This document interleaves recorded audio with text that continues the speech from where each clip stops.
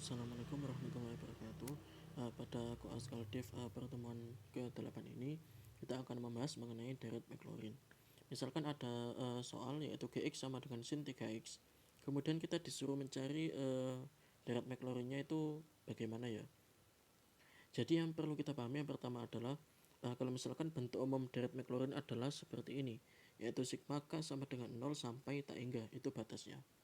Kemudian FK 0 yaitu berarti turunan ke K, nanti K nya itu berjalan mulai dari 0 sampai dengan tak hingga, dibagi dengan K faktorial dikalikan dengan X pangkat K. Kan kalau deret Maclaurin itu merupakan spesifikasi atau bentuk khusus dari deret Taylor. Kan kalau deret Taylor itu kan biasanya X nya itu X dikurangi C pangkat K, tapi kalau deret Maclaurin ini C nya itu sama dengan 0, makanya di sini itu ditulis FK 0 gitu. Nah kemudian tinggal kita cari aja Gx, kemudian G aksen X, G double aksen X, kita cari di sini sampai G5x.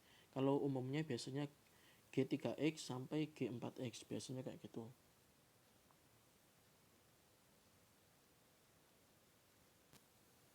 Nah kemudian semisal ingin kita cari lagi, tinggal kita substitusikan ke persoalannya ini sebenarnya G0 ya, karena kan ini konteksnya G bukan F. Nah jadi G0 sama dengan 0, kita substitusikan ke sini, kemudian ada X pangkat 0, nah, kemudian dibagi dengan 0 faktorial.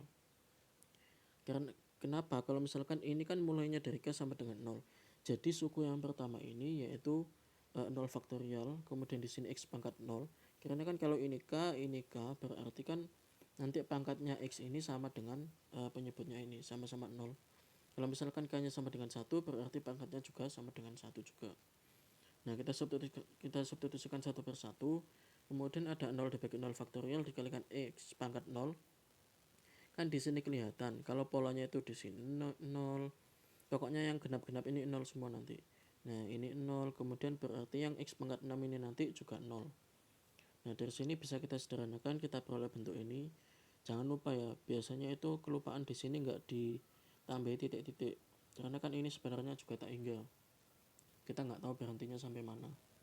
Nah jadi di situ dari sini kita bentuk aja, yang bawah ini kan 1, 3, 5, itu kan merupakan bilangan ganjil. Nah bilangan ganjil itu biasanya dituliskan dengan 2n plus 1 atau 2k plus 1 atau 2n minus 1.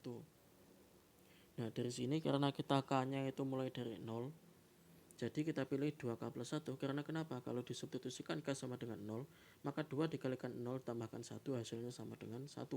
Kalau k nya sama dengan 1, kita substitusikan ke 2 kalikan 1 tambahkan 1, hasilnya itu 3. Begitu pula dengan k sama dengan 2, nanti kalau kita substitusikan hasilnya 5 kayak ini. Nah kemudian jangan lupa kalau misalkan ini ada 3, 27, 243, berarti kan kelipatan 3 pangkat berapa gitu. Nah kalau misalkan dimulai dari k sama dengan 0, kan kalau k sama dengan 0, kalau misalkan di sini kita bikin 3 pangkat k, nanti kan 3 pangkat 0 sama dengan 1, kan jadi nggak sesuai sama yang ini. Nah jadi di sini kita bikin 3 pangkat 2k plus 1. Jadi ketika kita substitusikan k nya sama dengan 0, maka kita peroleh 3 pangkat 2 kalikan 0 tambahkan 1, yaitu 3 pangkat 1, hasilnya 3. Begitu pula dengan k sama dengan 1, 3 kalikan 3 pangkat 2 kalikan 1 tambahkan 1, nanti kan hasilnya 3 pangkat 3, yaitu 27. Tapi di sini ada negatif, di sini plus min, polanya kayak gitu. Nah jadi kalau polanya kayak gitu, nanti kita perlu perhatikan di sini ada negatif 1 pangkat k. Biasanya itu negatif 1 pangkat sesuatu, bisa 2k plus 1, bisa k, bisa negatif k, bisa juga. Jadi tinggal melihat kesesuaian dengan k nya itu kita mulai sama dengan berapa kayak gitu. Jadi sehingga diperoleh hasil sigmanya seperti ini. Nah kemudian untuk yang nomor 2, nah misalkan kita biasanya kan kalau untuk deret-deret gitu disuruh mencari apakah deret itu konvergen atau divergen. Nah kita pakai tes rasio ini yang paling cepat menurutku. Nah jadi di sini bisa kita tuliskan aja limit n mendekati tak hingga an plus 1 dibagi an sama dengan rho. Nah jadi ini ketentuannya, ini yang perlu dihafalkan. Nah kemudian ini contohnya. Jadi misalkan ada sigma n sama dengan 1 sampai tak hingga dengan n dibagi 3 pangkatan n. Nah, jadi kalau misalkan AN plus 1 berarti kan N-nya ini nanti diganti N plus 1. Untuk yang 3 pangkat N ini nanti diganti 3 pangkat N plus 1. Nah, jadi tinggal kita bagi aja AN plus 1 dibagi dengan AN. Nah, setelah itu tinggal kita seperti mengerjakan biasanya. Kalau limit N mendekati tak hingga, jadi N menuju tak hingga, jadi nanti diperoleh nilai limitnya itu sama dengan sepertiga. Karena sepertiga ini kurang dari 1, maka memenuhi kriteria kalau misalkan deret ini itu konvergen. Kemudian untuk soal nomor 2, misalkan di sini ada deret Taylor fx sama dengan ln x yang berpusat di C sama dengan 1. Jadi ini beda sama deret Maclaurin tadi. Kalau deret Maclaurin itu C-nya itu sama dengan 0. Jadi makanya tadi di sini itu cuma x pangkat k aja, bukan x min c pangkat k. Nah, kalau di sini fk c. Tadi kan fk 0. Jadi c-nya ini nanti diganti dengan 0. Itu kalau deret Maclaurin. Tapi di sini yang ditanyakan adalah Taylor series dengan berpusat C sama dengan 1. Nah, caranya sama kayak tadi, tinggal C-nya aja diganti dengan 1, bukan 0 langsung. Sehingga diperoleh hasil seperti itu. Nah, kemudian yang tadi lanjut. Ini kan polanya sama, ada plus min plus min. Nah, jadi kita perlu memunculkan negatif 1 pangkat sesuatu. Nah, di sini negatif 1 pangkat N. Karena kenapa? Kalau di awal ini kan negatifnya tidak muncul. Kalau negatifnya tidak muncul itu berarti negatif 1 pangkat 0. Kalau yang awalnya kan mulainya dari 0. Jadi negatif 1 pangkat 0. Nah, kalau negatif 1 pangkat 0 berarti kan hasilnya kan sama dengan 1. Jadi kan tidak negatif. Jadi bisa kita tuliskan negatif 1 pangkat N. Begitu pula dengan ini. X dikurangi 1 pangkat 1. Nah, ini kan penyebut sama pangkatnya ini sama. Jadi nanti pasti bentuknya sama. Jadi untuk memperoleh nilai 1 ini berarti kan kalau suku pertamanya itu N sama dengan 0 untuk pensubstitusiannya, berarti kan kita perlu 0 ditambah 1. Kalau seterusnya N-nya 1 ya 1 tambah 1, hasilnya kan 2. Jadi ini nanti berpola yaitu N plus 1. Nah, jadi kita peroleh N plus 1 di sini. Jadi memperoleh formula sigma seperti itu. Nah, ini yang unik. Nah, kalau misalkan ada cos X menggunakan kita disuruh mencari cos X tapi melalui sin X. Kan kita tahu kalau misalkan turunan sin X itu cos X. Nah, jadi kita turunkan aja ruas kiri, kemudian kita turunkan deretnya juga yang ruas kanan. Jadi kan turunan sin X adalah cos X. Kemudian turunan dari yang sebelah kanan ini diturunkan satu per satu terhadap X. Turunan X terhadap terhadap X ini kan sama dengan 1.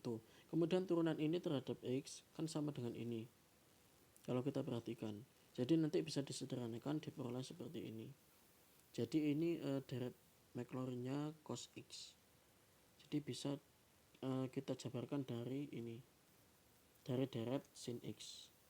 Nah, untuk yang lebih cepat lagi nggak perlu dijabarkan sebenarnya. Bisa kita dapatkan dari bentuk umumnya. Nah, kalau misalkan kita dapat bentuk umumnya itu kan kalau sin X itu kan kayak gini dan bentuk sigmanya sin X itu kayak gini. Nah, kan tadi kan sigmanya perlu dijabarkan dulu, bentuknya panjang, kemudian kita turunkan satu per satu.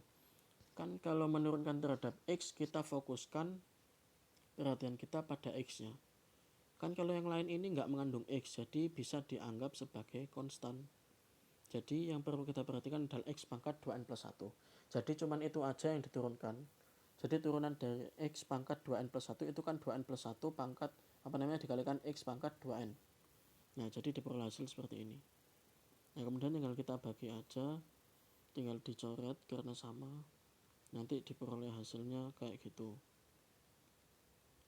Nah, kemudian untuk yang deret Maclaurin untuk yang cos X kuadrat, kan kalau dilihat kalau ini X, di sini juga X. Berarti dugaan kita kalau misalkan ini X kuadrat, berarti yang disubstitusikan ke sini kan juga X kuadrat. Nah, jadi nanti tinggal disubstitusikan aja, dihitung. Kita peroleh kalau misalkan cos X kuadrat ini nanti bentuk deret Maclaurinnya kayak gini, bentuk sigmanya. Nah kemudian ini juga ada kalau misalkan Dirac Maclaurin dari fx sama dengan x kuadrat dikalikan e pangkat negatif x. Nah sama kayak yang tadi, kalau misalkan e pangkat x kan gini, kalau e pangkat negatif x, dugaan kita x nya pasti diganti dengan negatif x. Nah kayak gini, negatif x pangkat n, tapi jangan lupa tanda kurungnya ya, nanti beda kan. Kalau misalkan negatif x pangkatkan n sama negatif dalam kurung dulu x pangkat n kan beda. Nah jadi untuk x kuadrat ini kan tidak termasuk ke e pangkat negatif x nya, jadi bisa di luar aja, nanti tinggal dikalikan saja. Nah perlu kita perhatikan di sini, kalau misalkan berdasarkan sifat sigma, kalau di sini ada x, di sini ada x, bisa di x yang ada di depan ini bisa dikalikan ke dalam sigmanya, dengan catatan pangkatnya ini harus suatu bilangan atau suatu variabel yang selain n. Nah jadi kalau misalkan sama-sama n nanti nggak bisa, karena kenapa? Karena nanti ada perbedaan. Kalau n di dalam sini kan bergerak, tapi kalau n yang ada di luar sini ini sudah nggak bergerak lagi, nggak menurut sigmanya. Jadi kalau disubstitusikan ke dalam nanti kan ikut-ikut bergerak, jadi kan tidak sesuai ketetapan awalnya. Jadi di sini karena pangkatnya 2 yaitu x kuadrat, jadi boleh masuk ke sini dikalikan, sehingga kita peroleh negatif 1 pangkat n x pangkat n plus 2, karena dari x pangkat 2 dikalikan x pangkat n kayak gitu, sehingga kita peroleh hasilnya seperti ini.